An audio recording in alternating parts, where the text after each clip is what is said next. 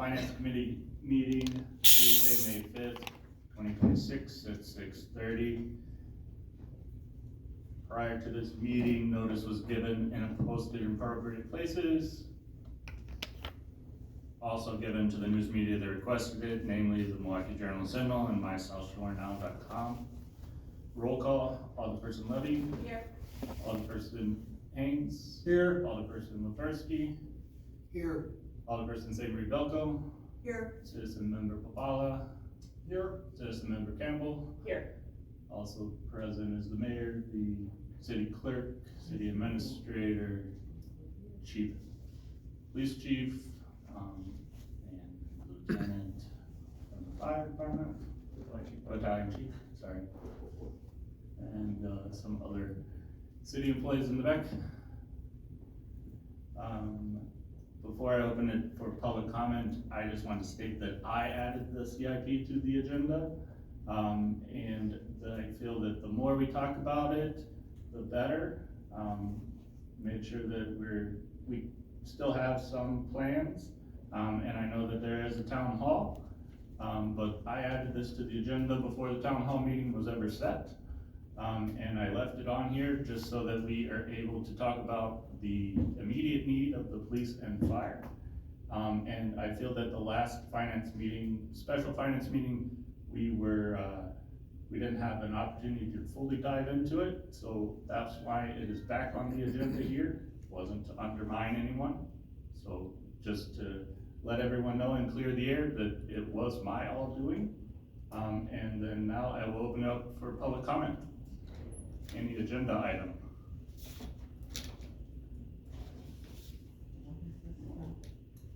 Diana Zelinski, 4572 South Packard Avenue. Bearing in mind that you had this on the agenda before the 17th was set up, I wrote this today not knowing that that was what you had in mind. Well, you never cease to amaze and surprise us. Verbally and in writing, you promised your residents a town hall meeting where you could answer questions and it would give you regarding this capital improvement plan.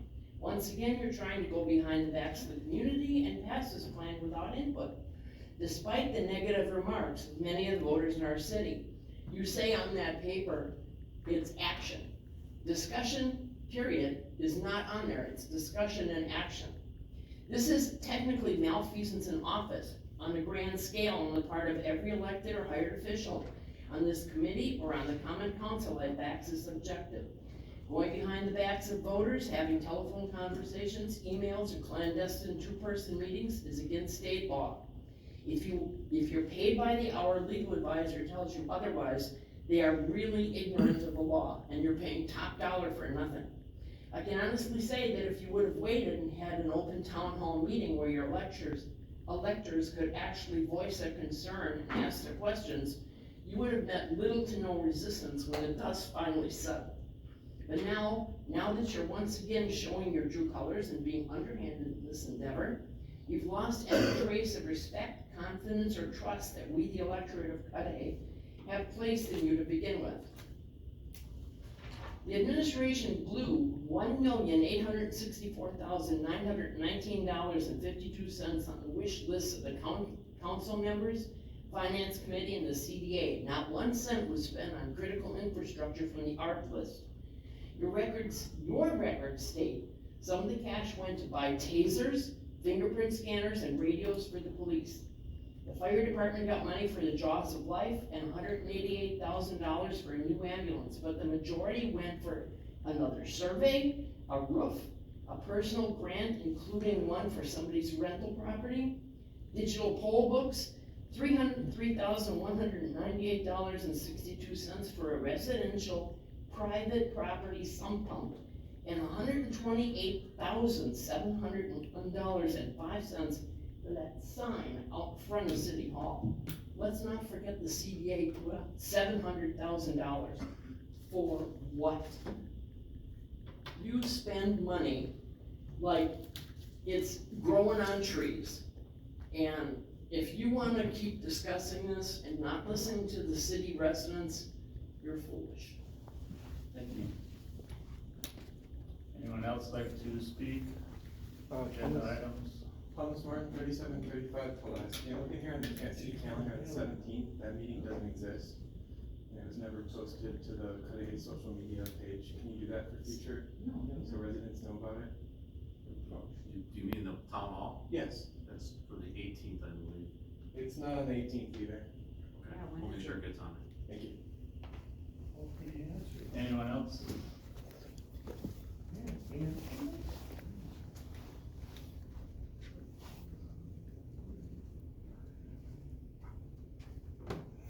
Tom Schmidt, 3954 East Birchwood. I thought it was the 18th also. As far as I'm concerned, this number 3 should be tabled. And I'd like to know just how old what are we spending $80,000 for radios? Are they in the vehicle? Are they out of a vehicle?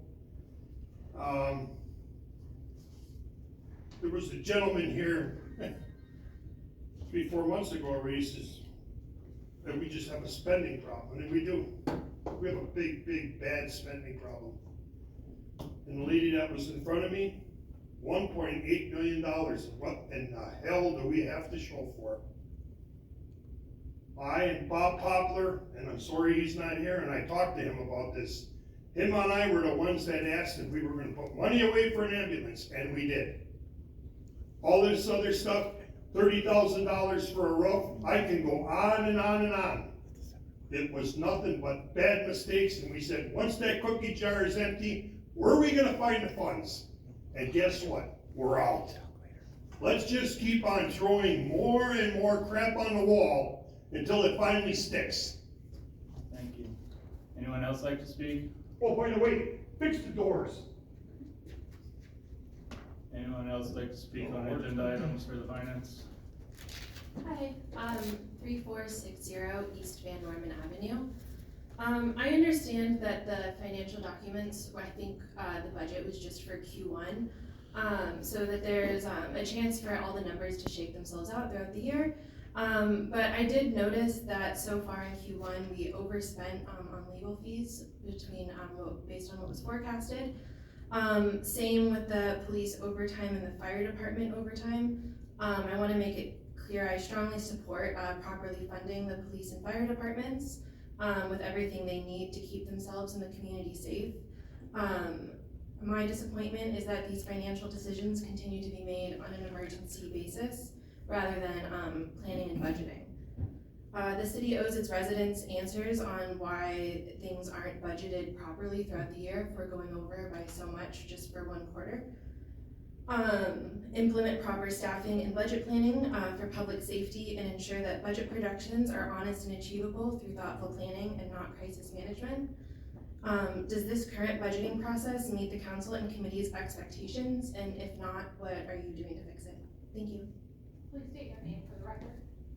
Megan Stankiewicz.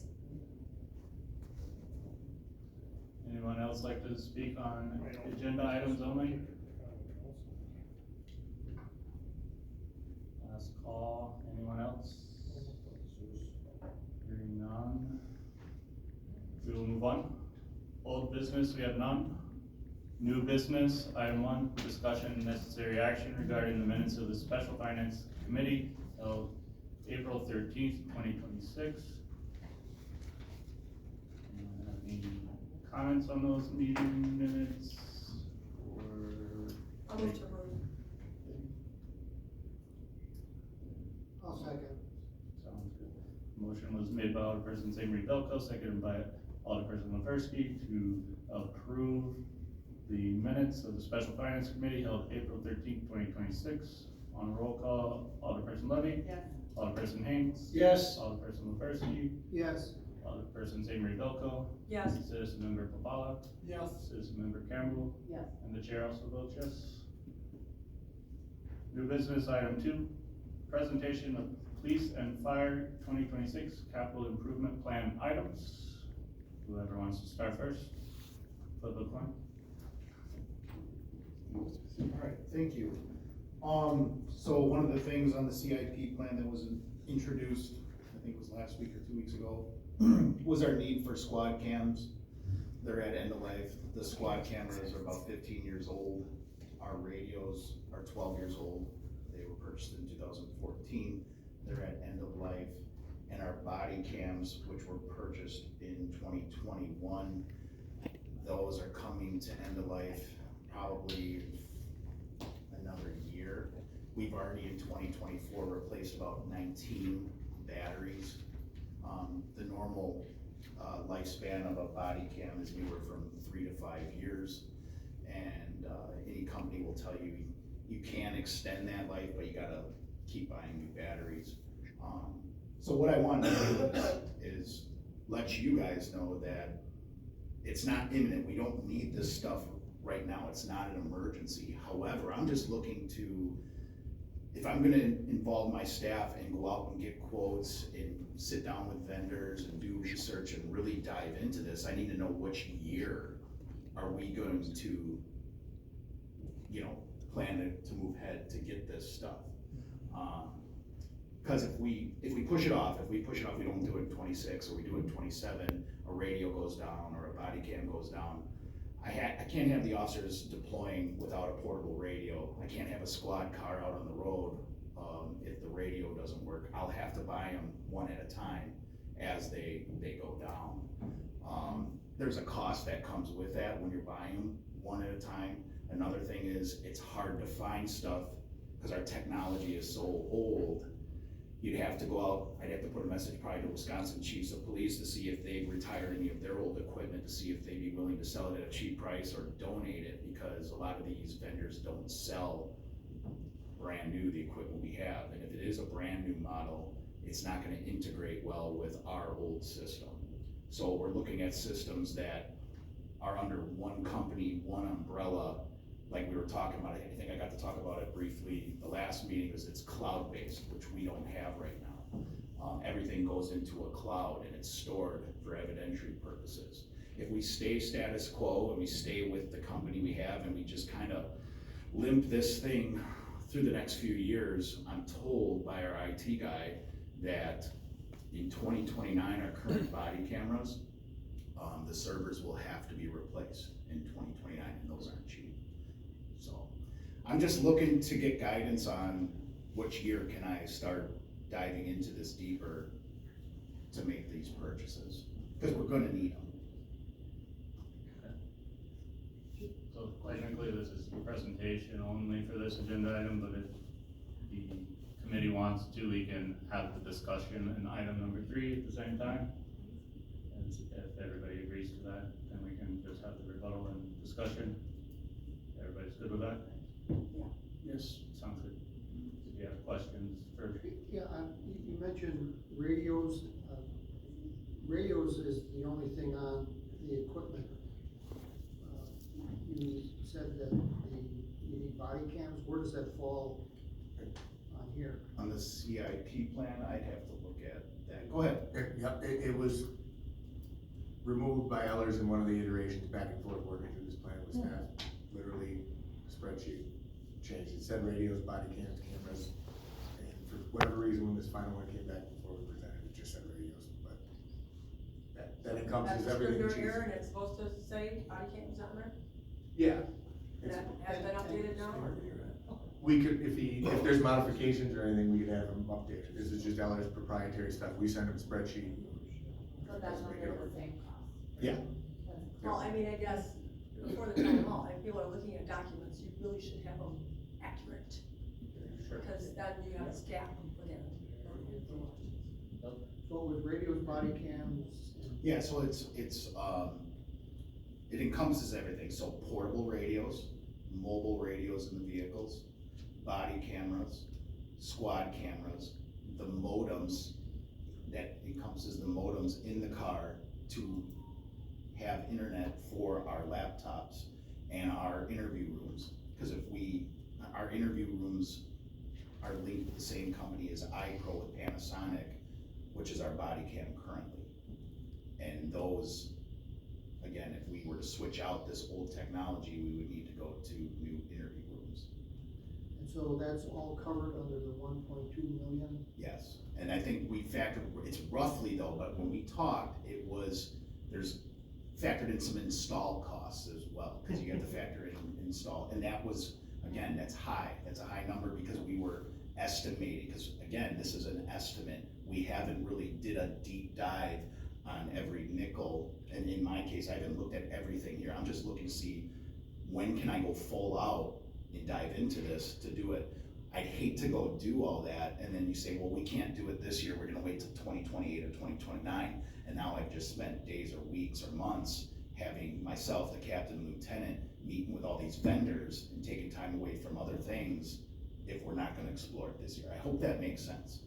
Okay, yeah, and to follow up, $90,000 of, or approximately $90,000 of ARPA money was used for radios. What was that for? I don't know. I wasn't the chief then, so I have no idea what radios. Combined police and fire radios, when we get to the ARPA list, we can go through them. Does the 1.2 million include the cloud-based system that will? That's my understanding. Mr. Chair? Yes. So basically, what you're saying, because you had mentioned this before, I think in our previous presentation, that you did a little snippet, that, because you are no longer able to get parts. That's what Baycom, so Baycom, we have a service agreement with them, we keep extending it, because when you buy something, you have a service agreement. Yes, that's correct, there's certain parts, if something were to break, they can't get it, and then they would say, retire that item. So they're kind of sunsetting. Now, is there any capabilities as far as, that so the modem system, do they package it all together, or can one work on the other service or not? That's an IT question, I wouldn't know that answer. I know when they, again, Baycom, who already we work with my whole career, when we said, low level, just give us a rough estimate, they bundled everything, and there was a savings with you, by buying everything at once, it was a $450,000 saving. But what I'm getting. It's like doing the cable bundle. Right. But it is nice to, I guess it would behoove us, I guess, to get, information as far as if it's broken apart, because maybe there's an opportunity, again, to plan it, if it's a 2-year period, to transition it, if we can get components on the system wise, like the modems, because those could be more expensive, but I guess we would have to refer that, get those questions answered from an IT person that has more knowledge base on that kind of part of the system. Yeah. But I totally get, so that's why I'm trying to, discern this, because it's kind of like, I see what you're saying, because technology does get sunsetted, and then it becomes the conundrum, right? So which part is it, right? If it's just the radios, and if they can find something that's compatible to go into the bigger part of the system, because that's kind of can be a chunk of change as well. And then what's the lifespan? So as we plan ahead, I guess we just maybe need to break it apart a little bit more, but get our IT person involved in these numbers that's what I would like to see, I guess. Do all of these items have a 5 to 7 year lifespan? And if so, do we need to be planning for more? If it's a $1.2 million ask and we're planning over 10 years, what does that look like, I guess? Well, yeah, I think I had a little note from the salesperson on lifespan, so body cams, 3 to 5 years, but you can try to get more out of it, but you have to keep in mind that you could be rolling the dice and just replacing one at a time when you have to. Radios, we got 12 years out of these and they're still going. There's things that break like knobs and stuff and they can replace, but it's the internal stuff if it goes. But yeah, that's the same thing we wanna do with the squads, because during COVID, we couldn't get cars. So we went all those years without a vehicle, right? And what we wanna do moving forward is every year plan out 10 years, our older cars, so that way we never have lapses. And so, because I think we had to buy 5 at one time? That's a big hit. We don't wanna go years without replacing at least one, so I do think you have to keep planning every 10 years for new radios. Doesn't mean at year 10, we're getting the new radios, because you might be able to push it off another year, right? Because they're still working, and that's when we report back. We would say, hey, right now, I think we can go another year on these things. And that's what I'm looking at. I can make it happen, I could do it, but it could get expensive. I just wanna be on the record that I could be piecemealing this together, because again, if an officer doesn't have a radio and I don't have a spare, I have no choice but to buy one, and it's gonna be more expensive doing that, and I just wanna let you guys know that. I totally understand that. I'm just wondering if this 1.2 million Mhm. is enough. If that's something you are needing to replace every 5 years. I'm trying to be strategic here Well- and thinking about. I think it goes back to my question, because you don't know what part, it's the software, the modem, I mean, the radios themselves, there's a lot bundled, again, it's a bundle, It is. right? Mhm. So Miranda, I think that's what we need more information on, to decide again, how that how the bundle really does break apart, what pieces of equipment, what lifespan is really being, what are they gauging the 5 to 10, or the 10-year versus the 5-year? Right, You know. but right now we just have it in here for 5 Right, years. budgeted exactly, for 5 so years. we're kind of, And we just bought radios 5 years ago, Mhm. so, is it the modem, is it the more the system, the software, the back end? right, Pieces. like, I don't wanna be No, I in agree. 5 years adjusting the CIP. That's why to we have add to another break it apart. $1.2 million for Mhm. stuff that, like, we know in advance it's only gonna last 5 years. Well, the body cams are, because they're used all the time, right? So with Baycom, so let's say we were to go to this body cam, and it's 3 to 5 years.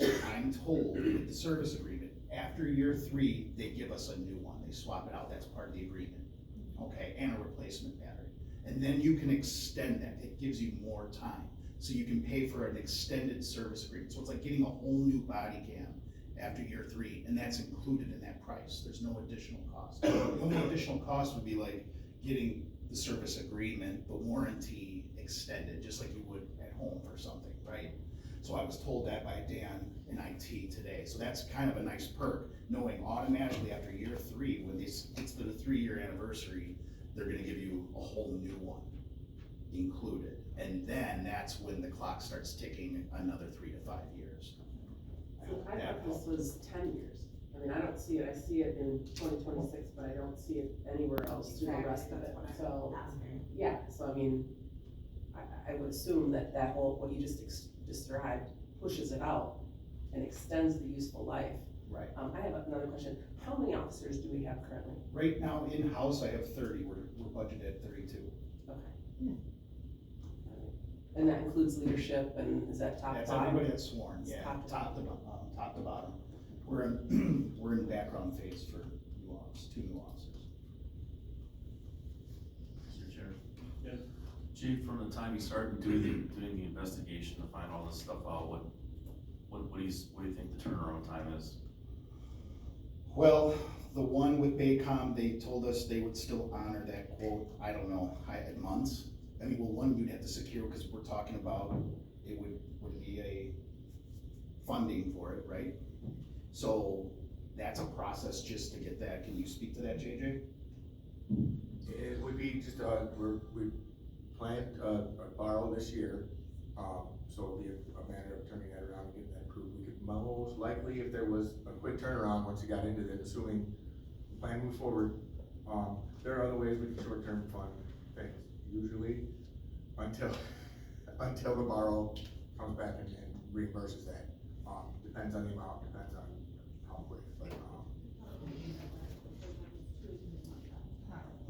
yeah. So, and with that, and how long are the batteries lasting on the portables? On the radios? Yep. They've been lasting, we haven't made a purchase in quite a while, maybe one in the last couple of years since I've been chief, so. I mean, how long are the batteries lasting? Because I remember you mentioned something that they're not lasting that long out in the field. Not the radio, it's the body cams. Those are, we replaced in 2024 about 19 or 20 batteries at about $180, $200 a pop. Because they're on all the time. So what's happening right now, I do have officers that, some of them that didn't get a new battery, they go out, they're on a call, they hit the button, and all of a sudden 30 minutes they're calling out, I have to come back. Obviously, they don't just abruptly leave it. There's a calm in the storm where they're dealing with. They go back in and swap it out to get a fresh one. We want them on the road. We don't want that. So in real time, we kind of explore getting more batteries, but yeah, when you're using them every shift, every day, all day, there's a lot of, and all the weather elements, they get So- taxed to no end. So we should keep in mind that with pricing changes all the time with this kind of stuff, it could change within 3 months, it could change, right? Same thing with, now, and the other thing with the batteries and the body cam, now we're potentially compromising officer safety and those types of things, which, you know, they should keep working. We're in an old litigation still, I believe. Had we had proper body cams, we would not be in the situation we're in. So let's, you know, we make sure our officers are safe while they're in the field, make sure they're protected while they're doing their job. So that's part of this too, we should take into consideration. Right.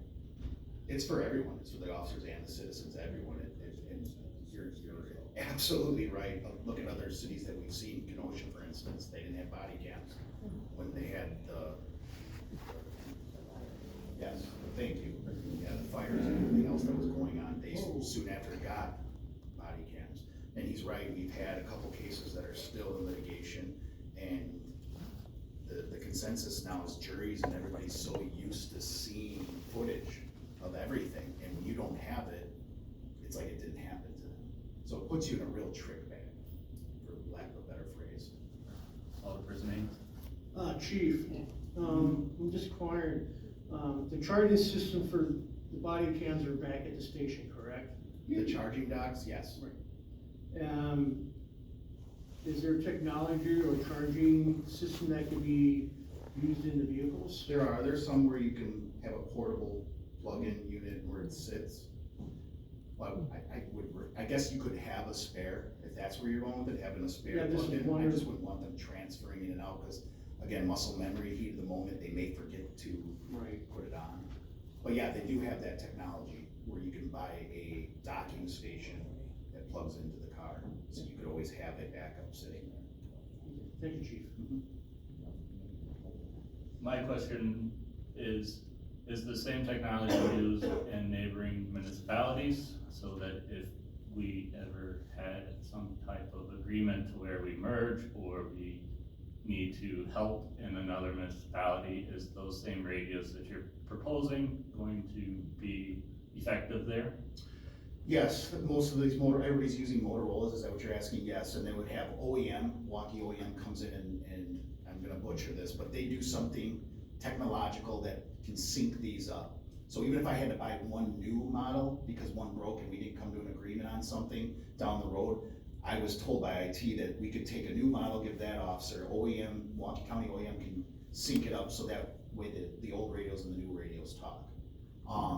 When it comes to body cams and stuff like that, South Milwaukee uses like Axon, which is really the Cadillac of body cams, and when it comes to body cams, St. Francis, they're using the same iPro Panasonic that we do. But radios, to answer that question, those would be universal.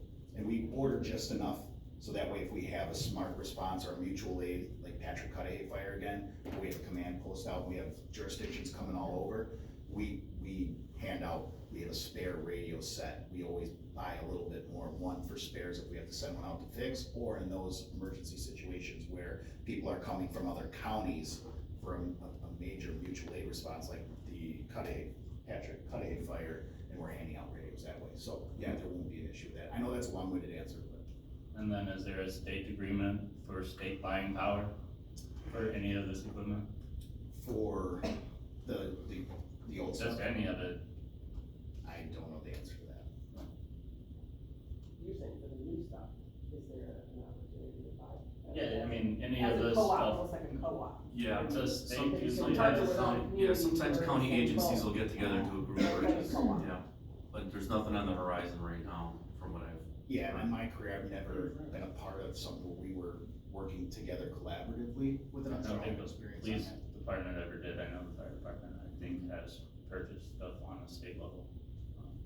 Alderperson first, do you have a question? Yeah, in looking at all of this equipment, I'm not familiar with what you have in your fleet, but I'm counting 16 line items for Explorers, 3 Econolines, 2 F-150s, and 3 Silverados. Is that the total number of vehicles, or are some of these duplicated? down the I would believe road? they're duplicated down the road, like it's staggered out, if you're talking about that CIP plan, so we have one van. We have a transport van, which is gonna at some point, let's say, I don't know what year we held that to be replaced. That's the Econoline. Yeah, And does that vehicle have a number, are all your vehicles numbered? they are, yes. I think it would be helpful, at least for me, if those numbers would appear next to the vehicle, so if it appeared down the road, we would be able to, you know, see it's the same. So yeah, it's the same vehicle, and then Being in 10 replaced. years, it's that one, yeah. Right. And typically, how long do you get out of the, Well, like, the van we get longer, cause it's not in patrol, it's limited, so it's not out every day, or every shift, I should say. But usually when you're at the 125, 130,000 mark, you gotta really start thinking, cause the wear and tear and the spending, so that's, I don't know how many years. After how many years? Oh, that's a good question. We still have cars in the fleet from 2020. Our newest car squad's 2023, so for instance, we have one that's Squad 7 2020, that one has 140,000 miles on it, and we're now starting to kind of say no to some of the repairs that need to be done, so 5 to 6 years. Okay, so that would probably be the top Explorer on the list? Yes, exactly. Your van, your transport van, that's a 2013. And we bought that used from St. Francis. We did not buy that brand new. So that's one that you can push that one out. So I think when you have, like, if we came together yearly and you say, hey, that year's coming up for that van, oh no, that thing's still running good, push that one out. Do they have to be Explorers? We like to, because all the equipment, we recycle it, so we transition, so when we take one out of service and sell it, we take the same internal equipment, instead of buying all new equipment, we'll put it in there, but again, Ford has changed over the years where you have to then go out and get new equipment. So if we were to transition to a whole nother vehicle, that would be a huge cost to the city, so, we don't really change unless the manufacturer changes something where we have to buy a new cage, let's say, in the back of the squad. I hope that answers your question. Some of that depends on the state, cause we get all state pricing depending on the vehicle, so Ford has the contract with the state of Wisconsin, so every agency gets a Ford Explorer. So in 2 years, it could be Chevy, it could be Catalina Squad, so that's how that all works, so. So all these vehicles are part of a state bid, is that what I'm hearing? We get state pricing. Oh, state pricing. For the pricing, but we do, if we came to you guys and said, hey, there's issues with this, we would have to come to an agreement to switch. That was my past understanding with Chief Pallet, because there was talks years ago about switching to like Chevys. But we didn't wanna spend all that money to just, again, because the configuration inside, you didn't wanna buy all new internal equipment. So, Okay. we wanna recycle the stuff that we have. And one last question, what about the auction or resale value? Is that factored into these prices?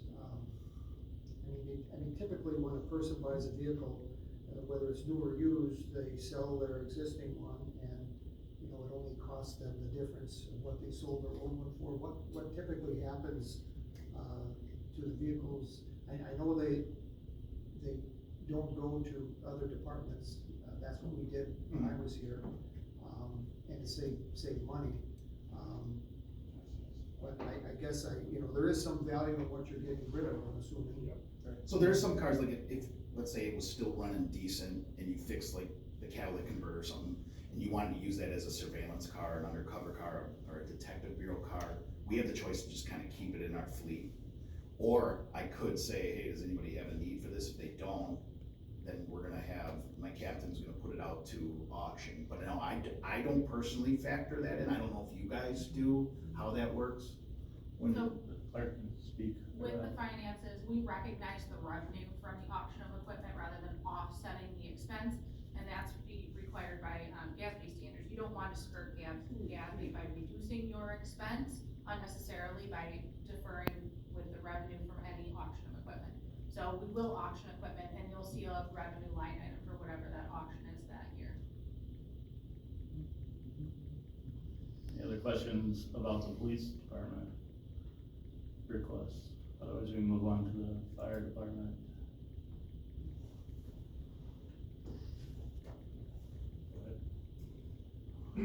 guess I'll introduce myself first, just to make sure everybody knows who's sitting here.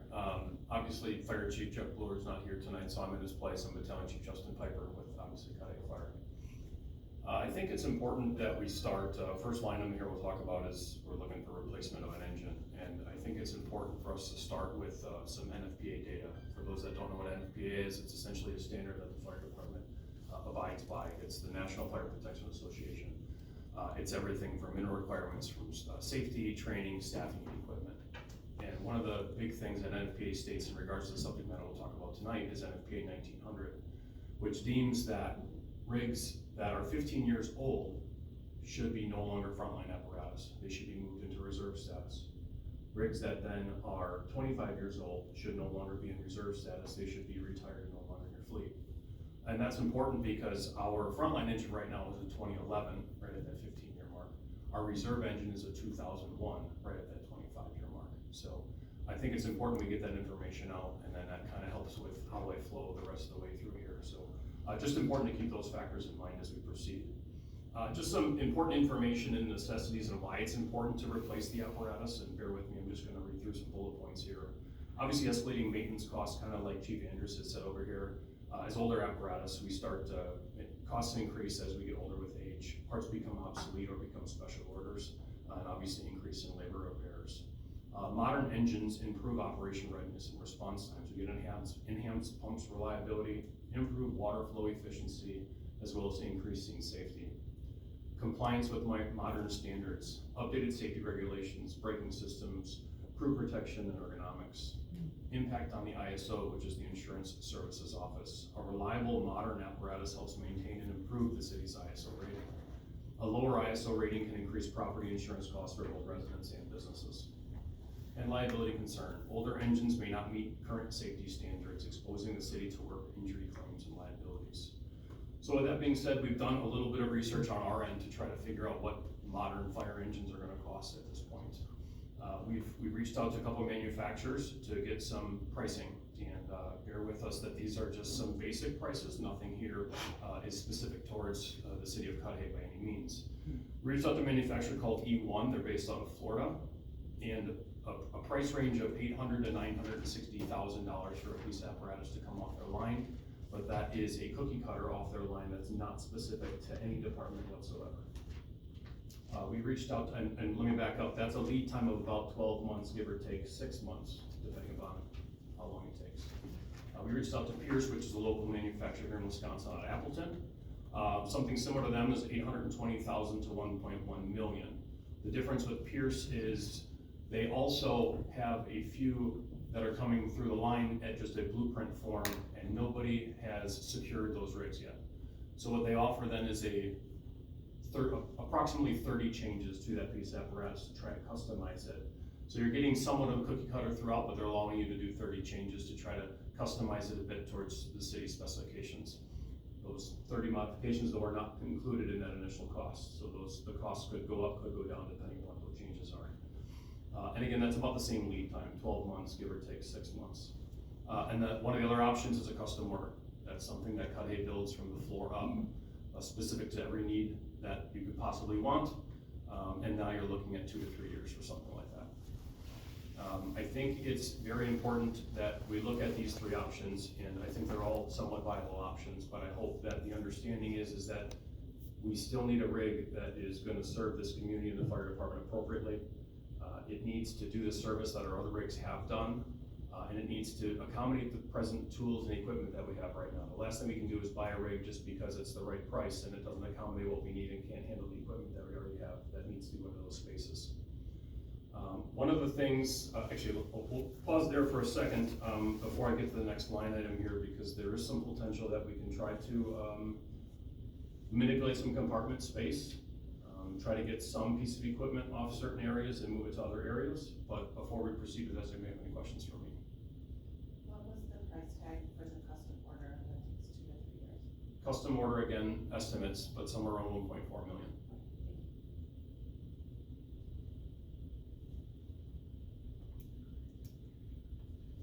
Do you communicate with our sister cities, so there's no duplication of equipment, so that, you know, because we do have shared services, but in the event that, you know, there would ever be, a singular fire department for the three communities? Does that play into any of your decisions? Yeah, I think some of those decisions are active as we speak right now. We have a fire truck that's like a ladder truck, that's a 2006. Possibly looking at not replacing that. So therefore we would be down an apparatus because we know that St. Francis has a brand new ladder truck on order. The city of Oak Creek has a brand new ladder truck on order. And South Milwaukee, I think within the last 5 years refurbished their ladder truck. So those three communities have ladder trucks. And I agree with you, maybe there's no point having all this redundant equipment, especially at that price tag. So to answer your question, yes, the ladder truck side of things, but the engine wise, for suppression reasons, we need to have that. Chief Piper, so we've had a ladder truck here, we proved for over a year while the station was being built that we didn't need it. Actually, Milwaukee took it, North Shore took it, to replace some of their stuff. We can't staff it even if we wanted to. We don't have the personnel to staff it, and that rig is pretty old as it is. So yes, under the shared service agreement, we're not reliant on the city of Cudahy having a ladder truck, because St. Francis is right in our backyard. Milwaukee, ladder 8 is down the road.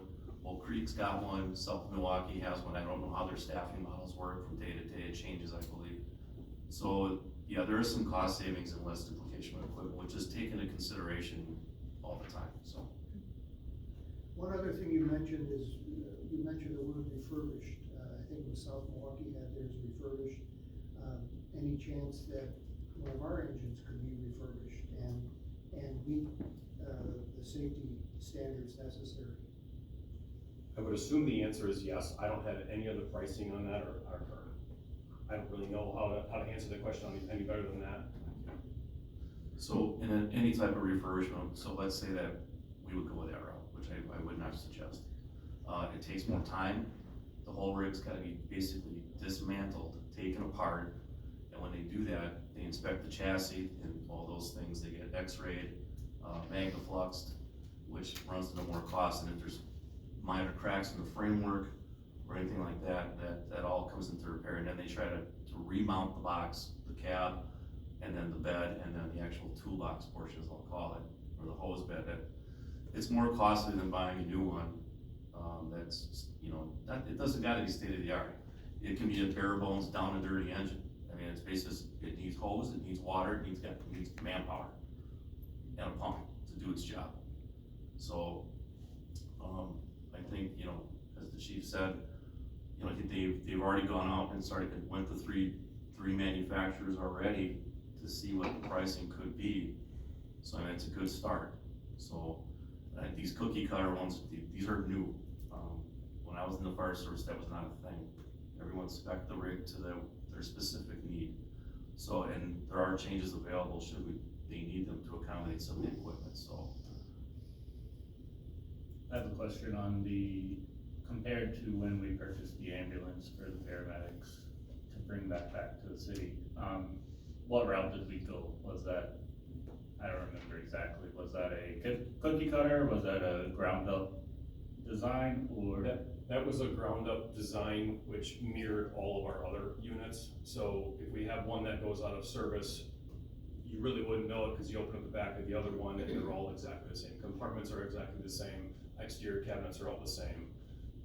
And to caveat a little bit towards your comment, the reason we've done everything we've done with our ambulance is because from this point forward, we are going to remount or attempt to remount all our ambulances from this point forward. Susan Campbell.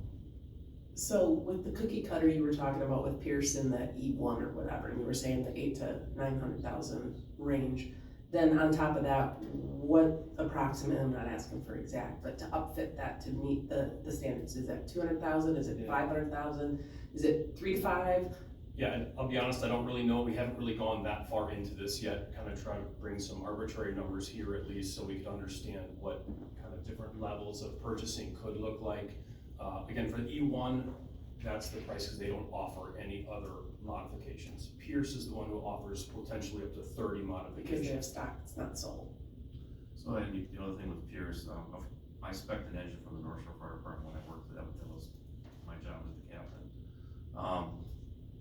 Pierce, if they they say the price is 900,000, if they'll say, well, if you pay it up front, we'll give you a significant discount, which could be over $100,000, which is what they did for us in the North Shore.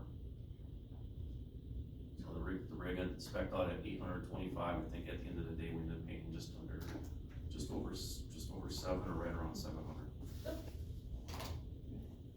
And that was ready to roll. Right from the manufacturer, right to the department. Anyone else have any questions for the engine? Just a little bit of context too about, specifically Pierce. Not all models come down that line. You kind of need to exactly know what you're looking for, because once you get hypothetically an email that says, hey, this is what's being manufactured, you need to jump on it, because there are other departments doing the exact same thing. If you don't jump on it, it's gone, you're just gonna have to wait for your spec to come by again. And the other thing too, there's significant cost savings when it comes to repair with a in-state manufacturer. E1 is based out of Florida, so potential is if something happens with that rig, even though it's warranty work, we'd have to try and get it to a service area, which I think is Southern Illinois, maybe is the closest one, I think. So that potentially is an issue as well. I don't see any other questions for the engine. We can go to. Could you get numbers on those engines as part of this document, so we know what engine we're talking about as well? Yeah, I think the E1 numbers here, granted there's a $160,000 difference, but that's just based on models. I think the E1 numbers are fair.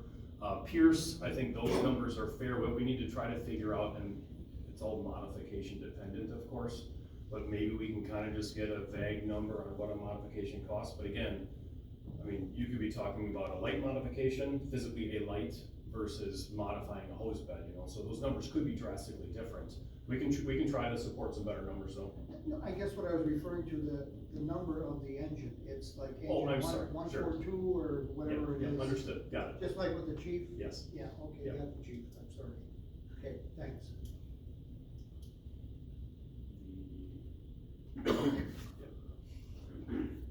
So the next item here is a pickup truck looking to replace our 2009 F-250 diesel.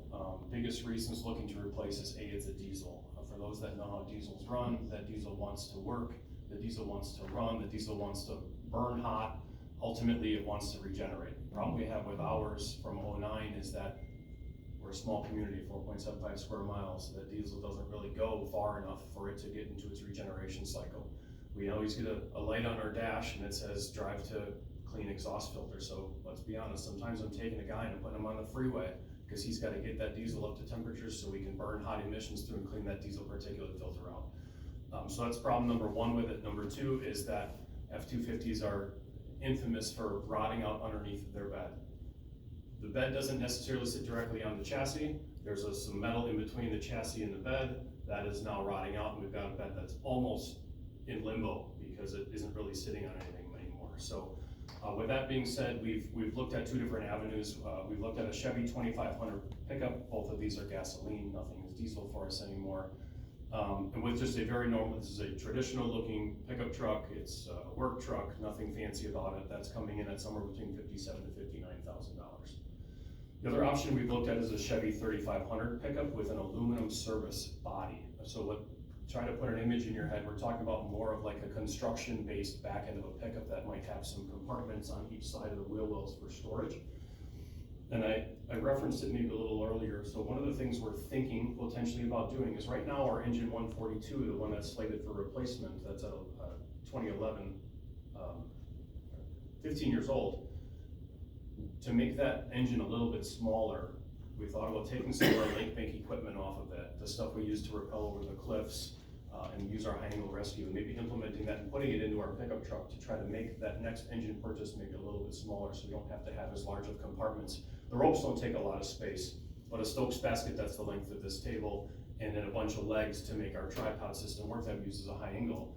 A potential option then to use that new pickup truck as some storage for some of those pieces so we could downsize potentially the engine size. So, and again, with that, that's a 3500 with a little different bed configuration that comes in at $75,000.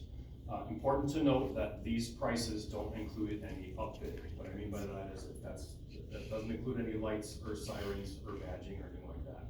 I don't have quotes specific to that vehicle, but we can reference, our Battalion 14 isn't that old.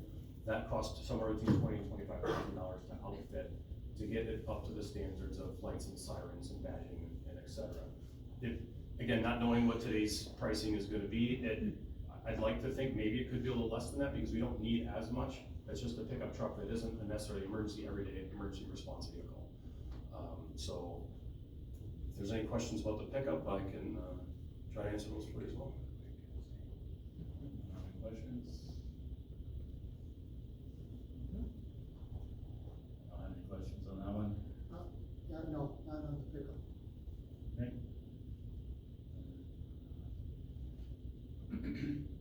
What else do we have on your list? Anything else? The command unit is what you wanna talk about? What's on the list? You asked what else was on the list. For the immediate need for 2026 Oh, or I see, 2027? immediate. But go ahead and ask, belay it, that's the same No, I question. know it's projected way out in the future, but, It's the same thing that we need to have cleared the air, and then it also gives them a better opportunity to be able to speak to the citizens at the, open house.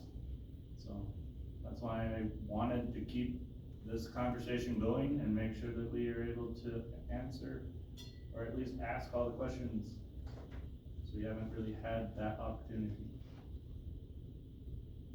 the command unit, I know it's out to, 2034, but we're looking at 170,000. What goes into a command unit to drive that price? If I'm, Also inflation, yeah, that, all I can say. Yeah, so I can't speak of what the prices will be, obviously, in 34, so our command unit is labeled Battalion 14. And that was purchased, I believe, in 24, because we actually had possession of it in Old Station 1. It took a bit of time I think we kind of stumbled on it and got delivery of it. Weren't really ready for it, but, obviously purchase price of the vehicle, and then, again, the outfitting, that vehicle was somewhere between $20,000 and $25,000 just for outfitting. So I don't know what the purchase price of, that Tahoe was at that point in 24. Something tells me that with the upfitting, maybe we're at $100,000. I don't know exactly what 34's prices are, 34's Well, prices. I don't expect that. I guess my question should have been, does it cost more to outfit that vehicle than, let's say, your pickup truck? I would say yes, mainly because radio-wise. Our pickup truck is probably just gonna have one portable radio in it, not even gonna have like a mobile base station that stays in there. Whereas our command vehicle, because it needs to run command at large scenes, has multiple mobile radio stations in there that are essentially fixed to it that can't come out, in addition to 2 portables. So radio-wise, I think it's fair to say that it would be a little cheaper, just because we wouldn't need all the radios. But lights and sirens and all that is probably gonna be pretty similar. Right. For the command unit, is that still anticipated to be, what type of vehicle would you prefer that to be? Cause I believe that was like a gift from Patrick Cudahy. That was the old one. That was our old car 14, was a gift from Patrick Cudahy. Right. That old one was then replaced with the 2024 Tahoe. But do you see the Tahoe is going to be the same command station that would benefit the city of Cudahy, or would it be a bigger van or a? Yeah, area? in my opinion, I don't see the need for a larger vehicle by any means.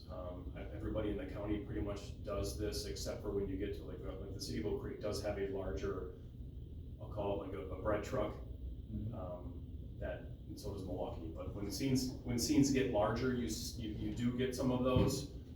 But I don't believe the city of Cudahy ever has a need for a larger vehicle other than what we have right now. When I see lists like this, I tend to look at prioritization, and I guess my question is have these projects been prioritized, and if so, how? In regards to the engine and the pickup truck in general? In general, and I guess I'll throw that back to the police chief as well. I mean, I think it's easy for me, I'd like to reference NFPA again, right? I mean, that is the standard that not just us, all fire departments abide by, the National Fire Protection Association. It's a standard, and again, it's for requirements for safety, training, staffing, equipment. So they have a standard right in front of me, it's NFPA 1900, like I said, I mean, that's 15 years and 25 years in regards to longevity of these rigs. So those are their requirements in regards to how apparatus works. So engine-wise, yeah, I mean, we're right at that time frame where we need to start thinking about this, especially when you start talking about, if you would do a custom order rig, we're looking 2 to 3 years down the road, right? So now our 15 years that we're trying to be good at right now turns into 18. Not saying that's not doable, of course, right? But you continue to push things back, and then we get further behind the 8 ball. Because if we have a problem, now we're bringing in our whole one engine as our primary, which potentially brings in further problems. So a follow-up question would be is, and I understand all that, I agree, you wanna follow those guidelines. My question would be is, are there other CIPs that were considered that were not on this list? Or are there other lower level priorities that are going to be coming forth to the council or in the future? And how would those be funded? If I'm being brutally honest with you, I didn't have much to do with this CIP, so I don't know what the conversations were prior. I just know what's presently on it. But in regards to what could be coming up, I mean, I know we're talking about our SCBA's, but we're trying to write grants for that. So, because that's a 10-year product for us, we're 10 years out from our initial purchase and multiple safety cycles out, but we're trying to write grants for that to save some money. Yeah, we do prioritize. You're looking at what's a need versus want, right? Wants get pushed out, and that's what we've always done with all our stuff. I'll tell my staff when they come, because they always come, hey, look at this new fancy piece of equipment, look at this, it's need or want. They'll try to start saying it's a need, and then you start picking away at it, it's not. So we do, from a high level in our positions, shoo a lot of this stuff away. What we're presenting tonight is a need.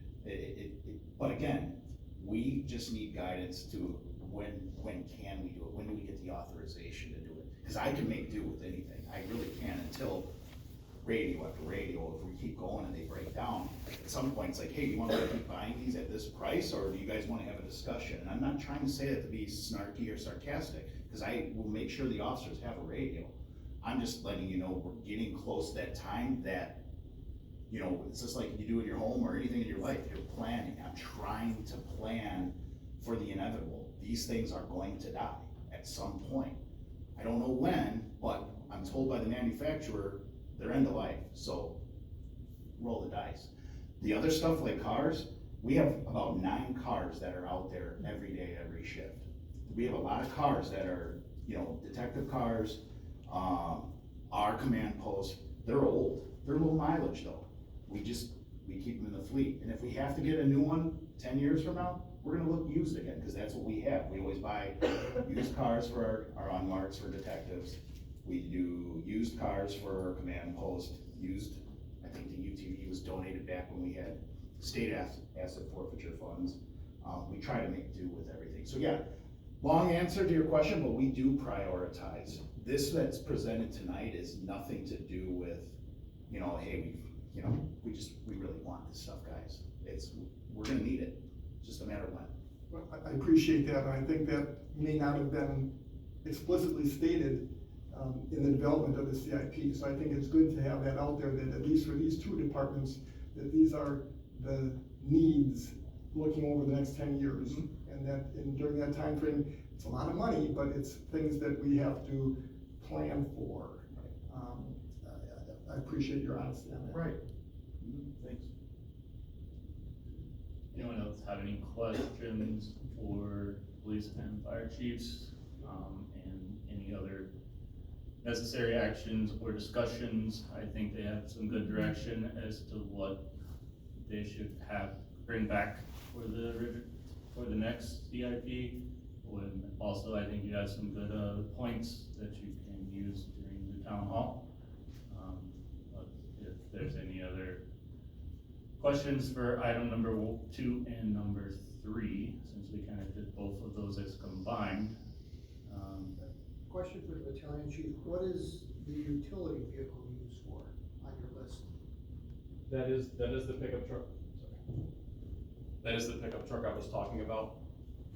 Is it, again, I think we better had a number associated with it. Well, no, there's a utility vehicle and a pickup truck, so that's one and the same? Is that your, UTV that you? One, I guess one could be a utility, it's a UTV, it's a six-wheeler, but yeah. Okay, and then one last question, any chance the two departments could share a command vehicle? No? They're different, yeah. No, mainly because if I have a structure fire in my community, I expect neighboring communities to come with their command vehicles. Every fire is ran with 3 battalion chiefs.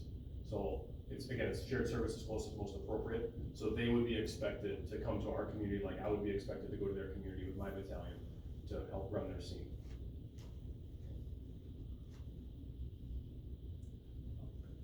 I have one more question about the or all the cameras and the radios and all of that being kind of bundled into this 1.2 million. Yeah. And I guess it's more of a, I don't know if it's a question, but I feel like that is, and you can confirm, that's kind of a unique situation because it's not a car, it's not a, it's not a capital improvement or a leasehold improvement on a building. And so it doesn't really make sense to do just body cams now. Maybe it's 300, 400,000, and then we do radios, and then we do, the cloud-based stuff, because, and I guess that maybe that's a question, but Yeah. I'm guessing it makes more sense to do it as a bundle, because number one, it's just completely ineffective, I would guess, to just try to piecemeal it over the next 3 years. You're absolutely right. We want it all to work and talk together. So like we went high end, like I said, the Cadillac company of body cams is Axon. Their cameras alone, just a rough estimate for in-squad cams and body cams is gonna be like $500 to $600 grand just for that. That didn't include your radios, and guess what? We still would have to buy radios. So imagine going Axon for body cameras and squad cams then going with Motorola. So we know we don't go for the top stuff because, well, gee, let's shoot for it, we want it. We're trying to be, and I just want you guys to know that we're looking at middle of the road equipment here. And some technology has come to light, it was presented to us that Motorola and Baycom, one of the estimates we got is now we have shoulder mics. I like to use my hands, as you can see. And instead of using like the shoulder mic, the body cam is Bluetooth that we were getting an estimate on. And it works as not only your body cam, but it's Bluetooth to that radio, so it's cordless. It also has translation service on it. So if I'm talking to someone that doesn't speak English, it's gonna talk back to the officer. So that saves time calling MPD or another jurisdiction to come out and do translation for us. Or calling one of the hotline numbers that we have to pay to translate for us, or using an app, Google. We all know that's not always accurate. There's a lot of other bells and whistles that have been presented to us in this estimate, and I think it's gonna be exciting for me to explain that in a town hall or an open house or whatever you guys are calling it, to show you and explain, not only is it a need, but the technology has advanced so much, not only with the cloud, but the efficiencies that it offers, that it gets the officers done with what they're dealing with and back out there. But yeah, you don't wanna piecemeal it together. What we have is all under Motorola versus different companies, because that's what we are right now. We're under different companies, Motorola, Panasonic, iPro, and it's Arbitrator. It makes you wanna bang your head against the wall at times, because it's difficult. So just one last comment, Alderperson Lefersky. So your question is valid when you say, could they share? In today's way they're configured, we're separate departments, so the answer is no. If somewhere down the line that City of Cudahy would combine fire services with St. Francis or South Milwaukee, then yeah, the need for all those battalion cars would not be necessary. You could have one that would cover all three, because it would be one department. So there is cost savings and consolidation efforts, and any firefighter will tell you that, so.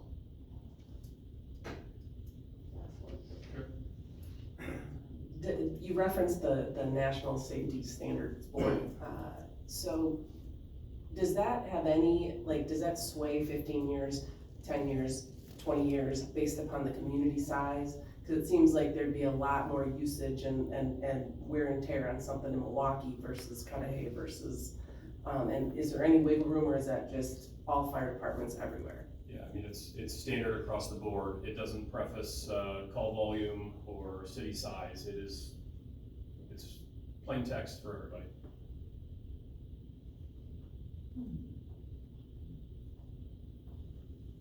Okay. Anyone else have any other questions for discussion?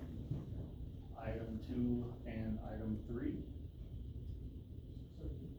Just one more thing to clarify my mind, and I think, Alderperson LaFerski mentioned it, but, so this list of CIPs that we see, that will now, the plan is for at least police and fire, include, information on the unit that it's replacing, maybe potentially even the year that it was,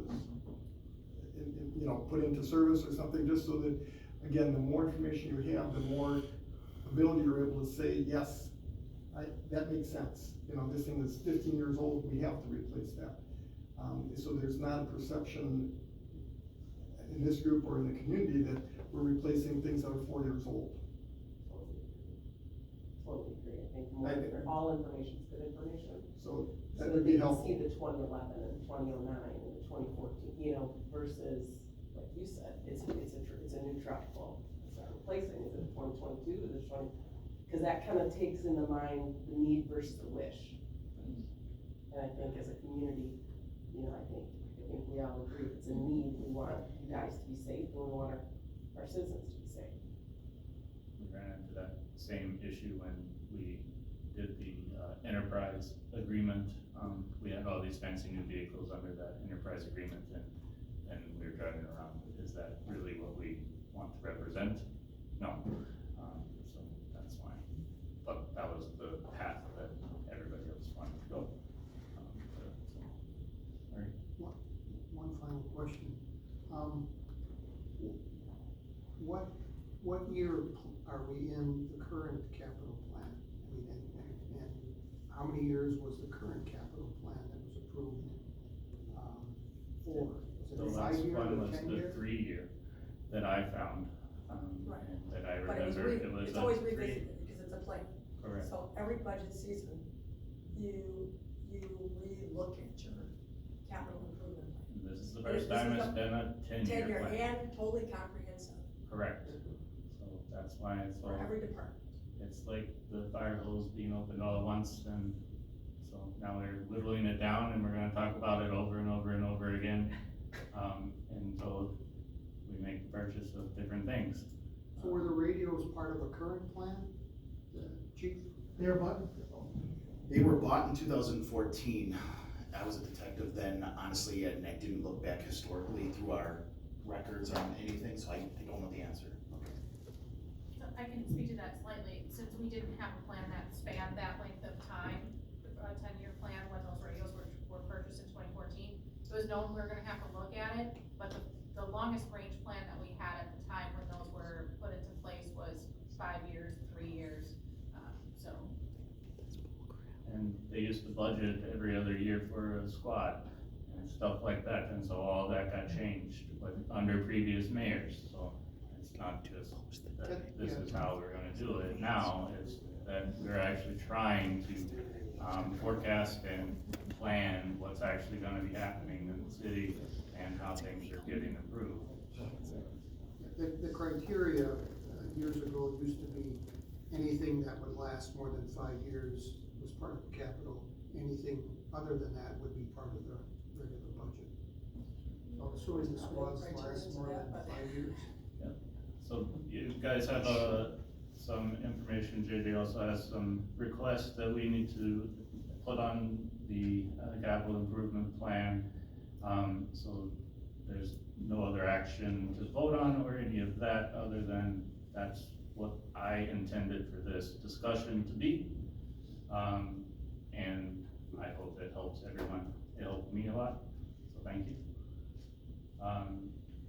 So we'll move on to item 4, the presentation of 2026 SLF RF, ARPA compliance report. Who's gonna do this, Kelly or JJ? Either one of us could do it. I filed the report, as required annually by April 30th. That was included in your packets. All monies have been spent with the exception of 30,000 that's remaining under CDA granted funds for, small business grants. Do you have any of the information, without having to dig too much off the top of your head, as to what the radios were? That was at the beginning of COVID. I know that it was a certain number of, a limited number of radios between police and fire that were purchased. I don't recall off the top of my head a lot more other information than that. We would obviously have it, but I would have to locate that. Just a quick email search that I did, it also included some of the health department had that radio as well, so it was kind of like. Couple for DPW as well, yes. But that was for more of a universal time at that time of the need that they saw when they did a command center, for COVID. I'd have to look back at what all the packet information was. I'm not sure exactly.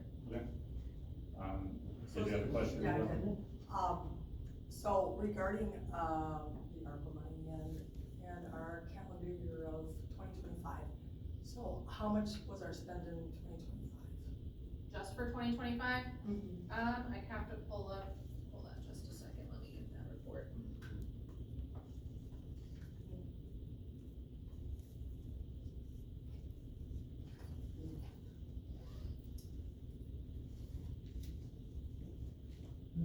Well, that's the end of that meeting.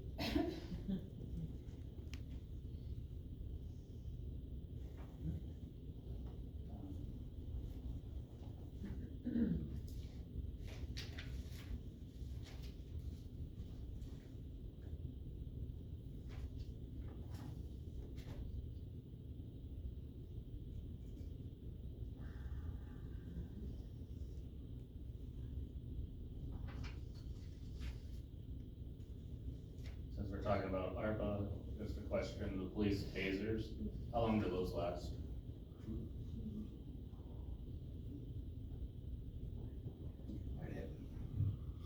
I'd have to check on that. Man, we got these, I don't know exactly, I would say 8 years, 7, 8 years, maybe 10. I'm guessing though right now, I'd have to talk to our head trainer, Lieutenant Harrington. And then just to answer some of the comments from the, comment section, a lot of this ARPA money was spent on items that are needs and have improved. The digital poll books, I believe, have improved voting and time that it takes. The zoning updates is still in progress as well, but, I mean, that really redid a lot of, the questions that are still in the code that are no longer valid in the city.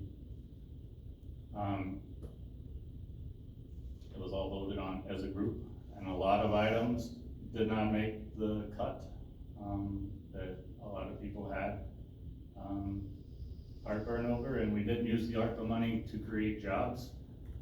That was always the case, and always we didn't want to create something that we would have to terminate, in the end. Did you find that information, or do we? I did, yes. The total expenditures in 2025 was $256,293.97. Okay. So with that, and we're talking, I hate to go back to this step because the idea is that, cash on hand. We had a surplus with our audit of, in 2024 of $2 million. So, but I didn't see, that much cash on hand utilized within our SIP. And again, we are at a comfortable percentage as far as our surplus. So, I guess help me understand, that's another just question regarding the SIP, but I needed to know the ARPA money because I had received information that supposedly our our audit in 2024 that our surplus of $2 million was because of our unspent ARPA money. Well, it's certainly not $1.6 million, or even close to that, or $2 million. So help me understand why we're not utilizing our cash on hand versus borrowing. This is money that we could utilize, of course, for a $1.2 million purchase, if it's, allocated, or for an engine, so I just we have a question. Absolutely, and I hope to, if we have cash on hand, each year when we come, ideally, we presenting this plan at least annually, probably around now, with updated numbers and adding the back as we're moving into buying things for the current year. As we're planning those borrows, we're engaging Ellers anyway. Greg and the team over at Ellers is gonna tell us, they're gonna tell you that, hey, use some of that cash now. So you addressed this $2 million that was from our official audit from Baker Tilly presented here in the fall, that we had $2 million of surplus, which would be considered cash on hand. And per the way the government financials work, is it can be used for capital, as termed cash on hand, when you have capital expenses. Yes, we understand it can't be used in a lot of other places, so why is that not represented in our set? They lay out this plan, this is, as we referenced, the first time we've done 10 years, so they lay it out without knowing that for the overall plan. But we knew this, yeah. and this plan is delayed. Our budget was done in November. We had the audit in November. This is actually May, my goodness. So when you put this together finally, you knew our audit was done and approved for 2024. And that Baker Tilly said we had $2 million. So please help me, help all of us understand why that money is not taken into account in this current SIP plan. I mean, you can make a phone call, you can write an email to Ellers and say, hey, our audit's closed, blah, blah, blah. It should have been updated by the time he gave the report just 3 weeks ago. It would be, in this instance, it would be at the time where we're talking about a borrow. So if all of these stay in the amounts we're talking about and the borrow is X million dollars, Greg's gonna look at that and say, you don't need X million, you need 1 million, and we recommend using 2, 3, 4, wherever it's at, Wasn't wherever they accounted for recommend. on the plan yet. No. That cash on hand was not, so. No. To help, again, if you're doing a town hall, you really want more, again, I'm gonna state it again, accurate information, detailed information. So, fill your gaps. It's not hard. Help yourselves. If I could, just real quickly, on page 6 of the CIP, under annual street repaving beginning in 26, there is capital fund, $500,000 annually towards street repaving included out of those funds. And we did use $1 million as part of the 2026 budget to transfer into the capital road and equipment fund for this coming year. So in the 2026 budget, there's 2025 budget, there's $1 million transfer of that surplus into the roads and equipment fund. So you replenished the fund because now we had a surplus from the audit of 24 for 25 because you were anticipating a surplus? No, once the audit was developed and presented with showing the surplus of $2 million, when we planned for the 2025 budget, we had most of that information, and then that was when the council decided to vote on transferring $1 million into the road and equipment fund out of the capital fund, or out of our fund balance. We didn't have an official audit, but I guess, yeah, so I don't remember hearing that. I don't remember why we transferred $1 million because we thought we were gonna get $2 million, but either which way. If we have it, please look into it and make sure we use it because, and manage our funds wisely. Any other questions on the ARPA compliance report? Alderman Phillips, I have an answer for you on the tasers. That's how quick Lieutenant Harrington is. So we had the ones before we have now, we had from 2015 to 2020, so 8 years, we had the X26P. He says Axon says 5 years is when they should be replaced, and I would assume most manufacturers are gonna tell you shorten the time, but we got 8 years out of it, and we bought new ones that we currently have in 2023. So hopefully, fingers crossed, we can more than 5 years out of them. But again, we should probably plan out at some point before we want to. Any other questions on ARPA, otherwise we'll move on? Alderperson Karski. Under the Historical Society roof replacement, under project expenditure category, it says 2 negative economic impacts. What does that mean? So there's required categories we have to choose, when filing the report according to, SLFRF. And that's one of the categories, is they suffered a negative impact due to COVID, and so that's the sub-name of the title that shows up on the report. Okay, and last question, can the 30,000 that has not been spent be reallocated? It belongs to the CDA at this point, so that would be up to the CDA. All spend must be done, by the end of this year, and it still has to fall under the same category as it was originally, awarded at the end of 2025, and that's per the rules of the ARPA, grants. Yeah, that also had 2 negative economic impacts. Correct, but everything had to be, allocated by the end of 2025. So the CDA can expand the grants that they're offering, however, they cannot entirely pivot on what they're doing with that $30,000 unless you want to risk having to repay that $30,000 to, the feds. And that $30,000 is awarded, the projects are just not turned back in their information yet as spent. But I believe JJ has been badgering everyone to, get that back as fast as possible. It was a matching one, wasn't it? They had a- Yes.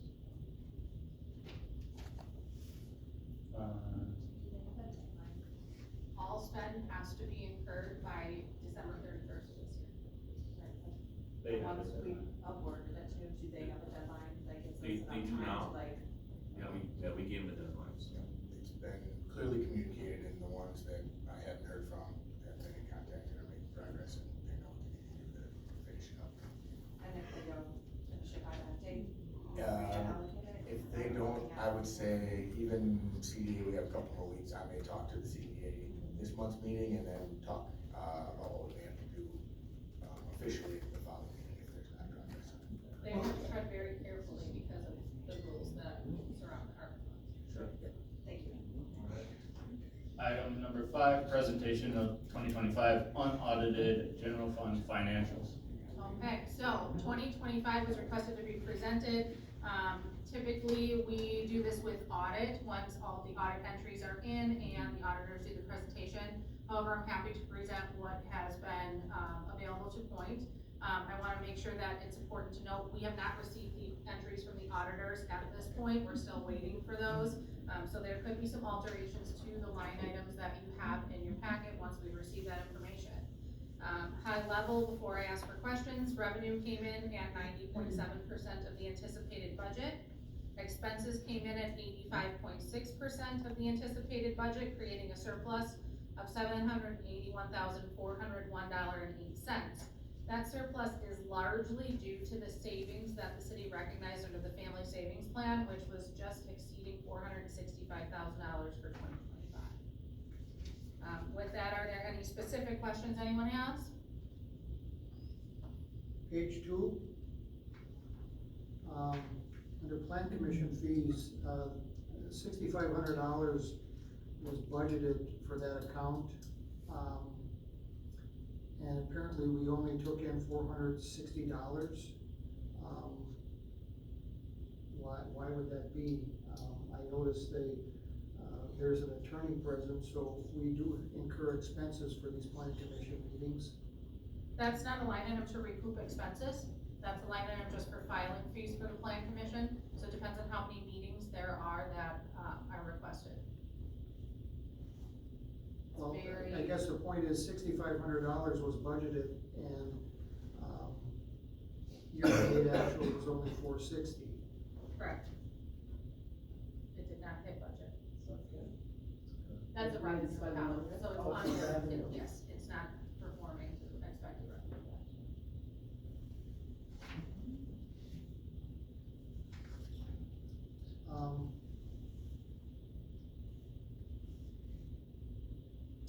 page 7. Under the administrator, all of the numbers, salaries, wages, social security, Wisconsin retirement fund, life insurance, all of those numbers hit the mark with the exception of health insurance. That was at 57.5, why would that be? Again, that's related to the family savings plan. I'm sorry? That's related to the family savings plan. We also didn't have a city administrator for quite some time, so that's gonna be some savings as well. Last year. You don't remember.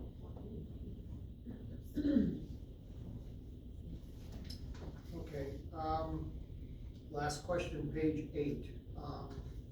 Under clerk treasurer, travel and auto allowance.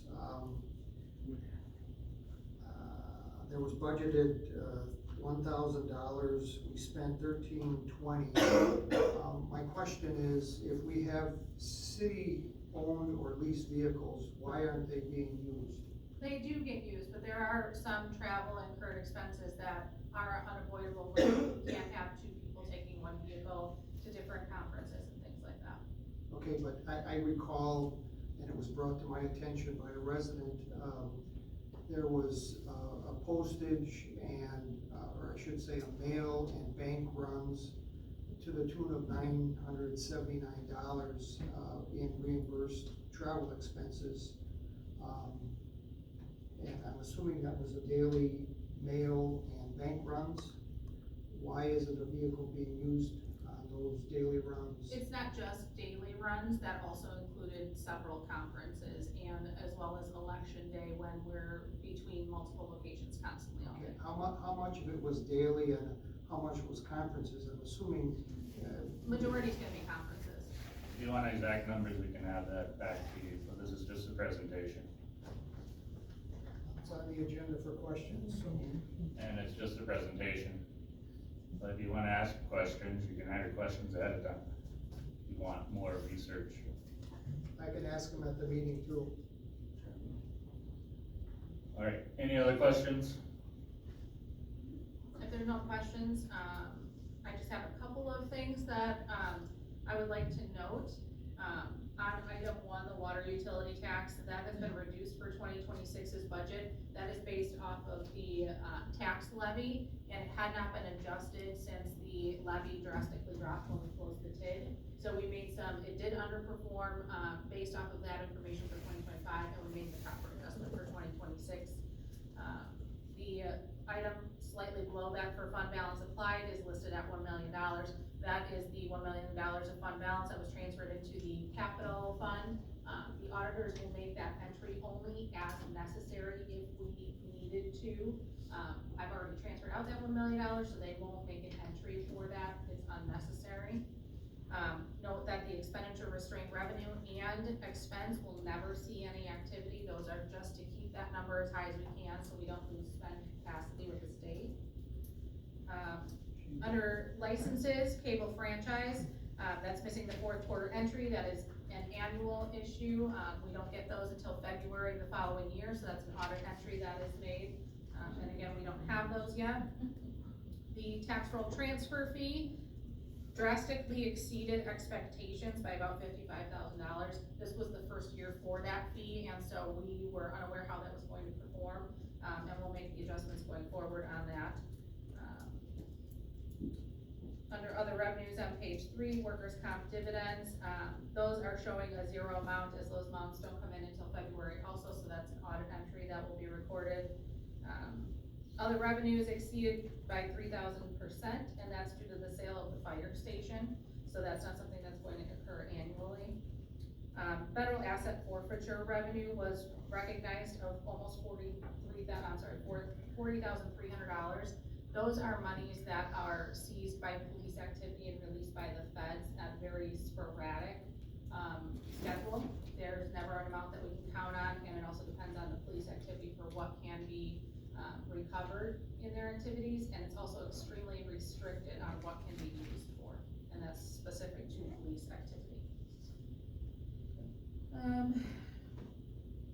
I wanted to bring up the 4th of July because this will be coming up. So the 4th of July revenue, donation revenue exceeded the budget by $13,100, and the expense exceeded the budget by $6,531, still leaving, additional funds on the table. And when we come to present the final audit, we're gonna ask to create a separate fund for those donation funds, so that they're segregated and they can't be used for anything else. So we'll also ask to have those additional funds segregated at that time. And just for the record, though, there was no tax money involved, it's sponsorship, donations, so. I don't have anything other than that on revenues, unless there's some additional questions. Anything on the expenses? I believe the question from the, public comment was about these items and not about the first quarter. Just because the first quarter, we didn't get into this recently, but the overtime, can we explain how Any we budget for particular- overtime? Any with the particular police and department? fire? Police and fire? Okay, so the police department, specifically, let me just get to their page here. Police department actually, I believe, did fantastic with their budget. At the bottom line of their budget, they came in at 90.2% of their budget. When they are down staff, or they have injuries, or they have, family medical leave that we are required to approve, they will be short, and they will run short on overtime. Their overtime budget exceeded by $94,132. However, their standard salaries budget was under budget by $105,655. That's still leaving them over a $10,000 buffer between the two of those salary accounts. And it's gonna vary from quarter to quarter. It will vary from quarter to quarter, month to month. It depends on if there's numerous injuries, babies born, all kinds of variables. So it's kinda hard to look at it until the end of the year. It's very difficult, yes. There's, sometimes it can be very front-loaded if there's multiple injuries or babies at the beginning of the year, which there's a little bit of having babies at the end of the year for definitely at the beginning of the year, so. Sure. Same thing for the fire department, that's exactly the same way that works. Okay. Any other questions? I have a question. Will the excess money for the 4th of July be allocated for just the 4th of July, or will it be applied to like all events, like overseen by the events committee, for example? Yeah, I mean, essentially, depending if you're talking about National Night Out and those types of things, potentially, yeah, it's all gonna be celebrations, so any city celebration, that money can be applied. As long as you're advertising it to your sponsor that way, because you Yep. need to be very careful. If you said it's money that you're giving for 4th of July, Yep. that person's money, that business's money, yeah, so just to be, Citizen Member Campbell? Yeah, just a quick question on the 2025 pending audit. I guess number one, when do we anticipate that to be finalized? And number two, historically, what impact do the audit entries have on the bottom line surplus? They don't have a drastic effect. I would say what I'm aware of is probably about $60,000 to $70,000 of additional revenue will be recorded off of fourth quarter entries that are received in 2026. So it's not a huge dollar figure. I don't have the audit entries to be able to speak any more in depth to them. So there could be some expenses that they'll reallocate as well that may offset that slightly. We were told by the auditors at this point that this is one of the cleanest audits that we've had in many years, so I'm very excited about that. I anticipate having audit entries and everything in hopefully by the end of the next week or two, and I don't have a timeline on when we can receive the audit because the state financial reports are due at the end of the month. I'm anticipating that they are quickly trying to get that completed for us since that deadline's coming up, and we'll probably pivot back to finishing the audit shortly after that. So maybe July? I'm hoping, but I can't say for certain. I haven't had communication from them on it. So I have to say, when you're talking about the $2 million surplus from 2024 audit, and we're seeing that a pre-audit of $750,000 too, and then I remember back to the whole wheel tax and property tax increase and all of that kind of stuff, it kind of flies in the face of that. Like, I don't know, I guess I'm just, I don't really, I guess I don't understand that. It sounds like we're doing a pretty good job of budgeting, but then going forward, my water bill doubled, you know, without the extra fees and all that kind of stuff, and so I'm kind of going, where's all that money? And I can explain quite a bit of that. So we, as a responsible municipality, have to budget for a family health plan for every single one of our full-time employees, because we don't know if they're going to take it or not. Of that $781,000, we have a family savings plan, which I'll explain shortly, that saved us $465,000 of that $781,000. That is a health reimbursement plan. So if a family goes off of our plan and onto the spouse's plan, we will reimburse their costs out of their pocket, not to exceed the Affordable Care Act restrictions, which are slightly less than what our family plan costs. They don't always hit those, and that's how we're seeing that savings. The other savings are recognized by the various number of vacancies that we've had between all of the departments over 2025. Had we not had that vacancies and the savings in the family savings plan, we may have exceeded our revenue slightly. So basically, we're planning for the worst case Yes. scenario and hoping for the best. Yes, we do, absolutely. We have no other way to fund it if we are up against another option. Great. Item number 6, presentation of the 2026 first quarter general fund financials that were submitted after. Yes, these were sent out this morning, or yesterday morning, I'm not sure. It was this morning, because I couldn't get my computer to work last night. Okay, so we've been working furiously trying to catch up from year-end audit, the election, as well as being down multiple staff members, not only in our department, but also helping out all the other departments. So it's been a push. These are not final numbers. We still have some work to do on them. However, they were asked to be presented, so we're presenting them in the case that they are at this point. Some things that I wanted to point out right away are general taxes are showing at 77.5% of recognition. We record them as they are received. We don't draw them out through the entire year. So that will always appear to be high because we receive so much payment right away at the beginning of the year. The trailer tax for under that same category appears to be 155% of the budget. However, every quarter there's a payment made to the school district on that. That will be made, was made in the month of April, but it's not gonna show in the month of March here, so that is actually hitting its mark as well. Shared taxes and state aids will appear to be exceptionally low on revenues because most of those are recorded in the month of November, so you won't see those reflected until December, until the period end of the year. Licenses are low as well because the license period starts in June. So we will have a lot of that recognition happening in the second and third quarters as those come due. Permits are at 17.5%, they're slightly underperforming, however, a lot of work is done, in the second and third quarters on properties, so you won't see a huge uptick in those until later in the year. Lease-related revenues is exceeding performance by 3%, that is largely due to parking forfeitures, which can be bought annually, so those may fall off, as well as, fines, which with tax intercept and state debt collection, a lot of those things happen at the beginning of the year, and so they can be a little bit front-loaded.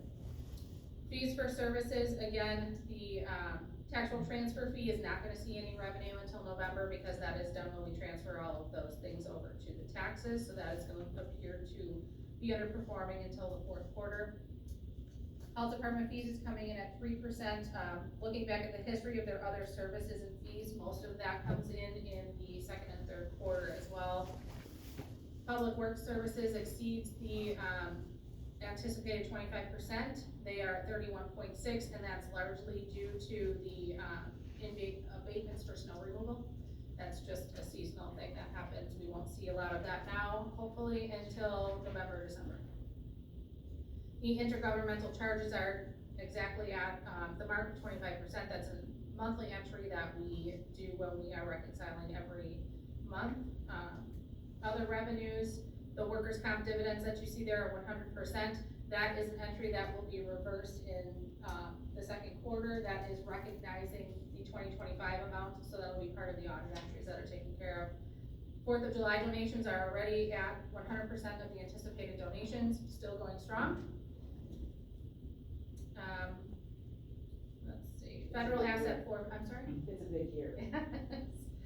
Federal asset forfeiture has already received $17,745. We do not budget again for receiving those funds because we never know how much or when they will be anticipated. That could be all that we receive for the year at this point, we won't know. Delinquent interest revenue, delinquent interest and real estate penalties won't be recognized until we get a little further past the delinquent periods for tax collection. Interest revenue is right on mark at 25.6% of what we anticipated. Hopefully rates will hold and we'll hold on to that, that level. We'll go into expenses. The common council budget is performing well, 23.3%. Mayor's budget is 20.4%. Police and fire commission is right on mark at 25.1%. Their hospital services line is exceeding by 2.8%. That is all due to hiring, so that will ebb and flow. Boards and commissions won't see any expenses until later in the year. That is 4th of July, Board of Review, National Night Out. Municipal court is slightly exceeding its budget. This is due to the payout for the retiree, so that will taper off as well. The election budget is drastically under budget by 8.2%, and that is due to a lack of a spring election. If that budget stays as far under as it is right now, that money just rolls then up into the general fund. So anything that is not spent goes right up into the general fund. It's not spent on anything else. Administrator's budget at 17.8%.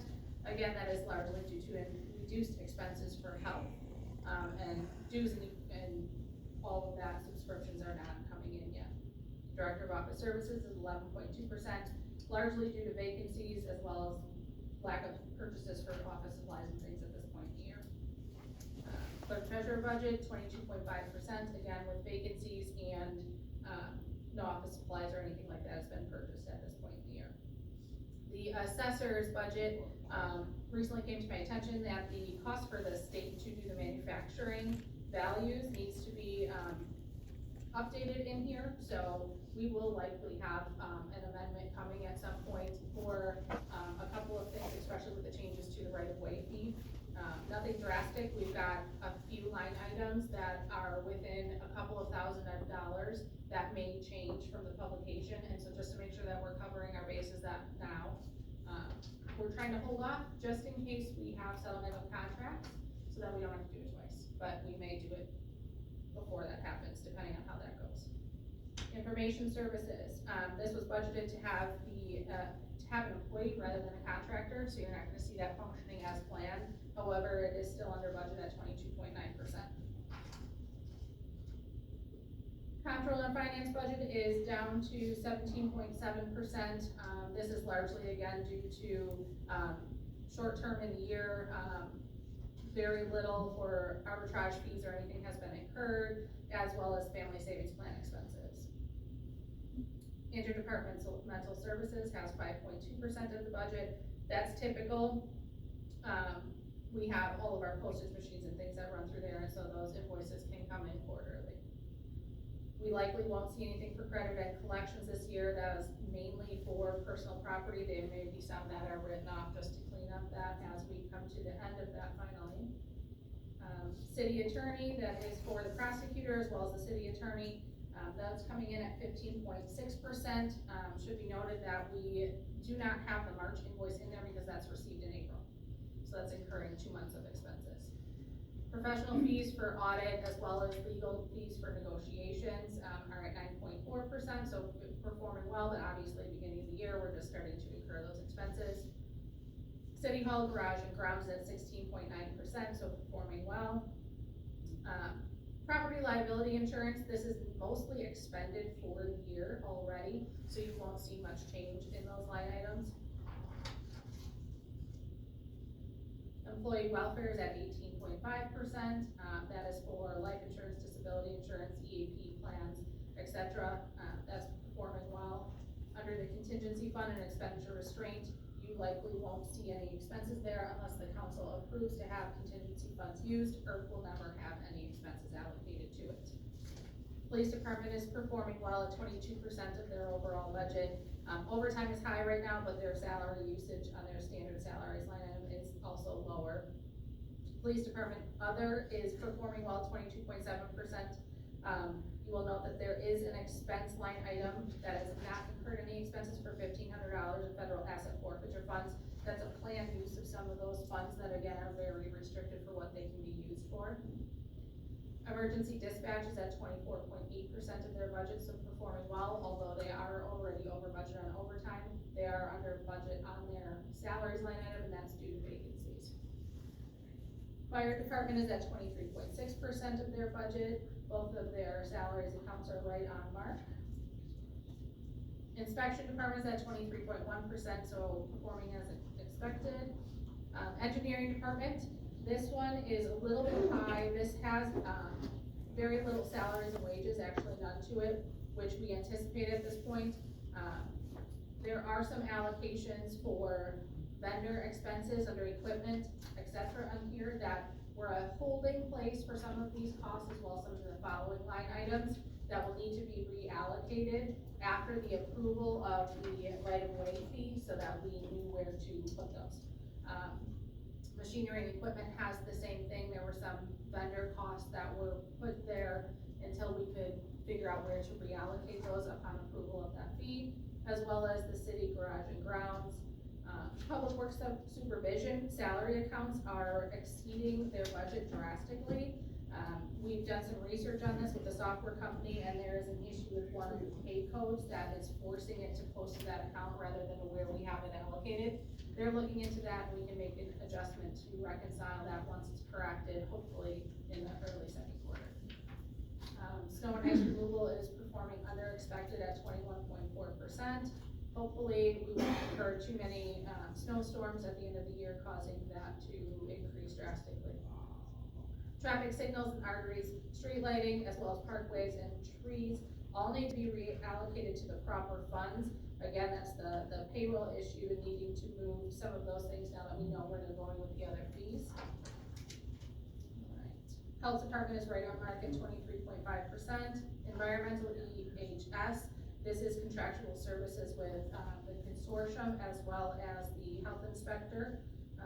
Animal control is only received 2 months so far, and that's at 16.7.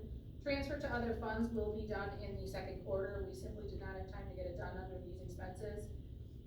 And our total expenses are at 19.6%, so performing very, very well. Any questions? So, can you explain how we're actually gonna see, like, the street lighting and the urban forestry, how that's gonna compare to this report? How are we gonna see the funds received versus the money spent under those accounts? So those are their own funds. If you wish, we can bring those second quarter with the second quarter financials if you would like to have those to include with. I think it would make more sense so that we can see the intake versus what we're actually spending. Okay. That's kind of how those fees were supposed to be presented anyways. So we wanted to make sure that there is that clarity of. Okay, we can take care of that. Absolutely. Any other questions? Thanks for presenting that. I know I pushed very hard to have that presented. We tried real hard to have as much fun as possible. All right, any other questions? Otherwise, item 7, adjournment. So moved. Second. All right. Item, motion was made to adjourn by Alderperson Zamer Velko, seconded by Alderperson Haynes. All those in favor? Aye. Opposed? The ayes have it. We are adjourned at 8:18. Thank you. Does anybody need a bathroom break?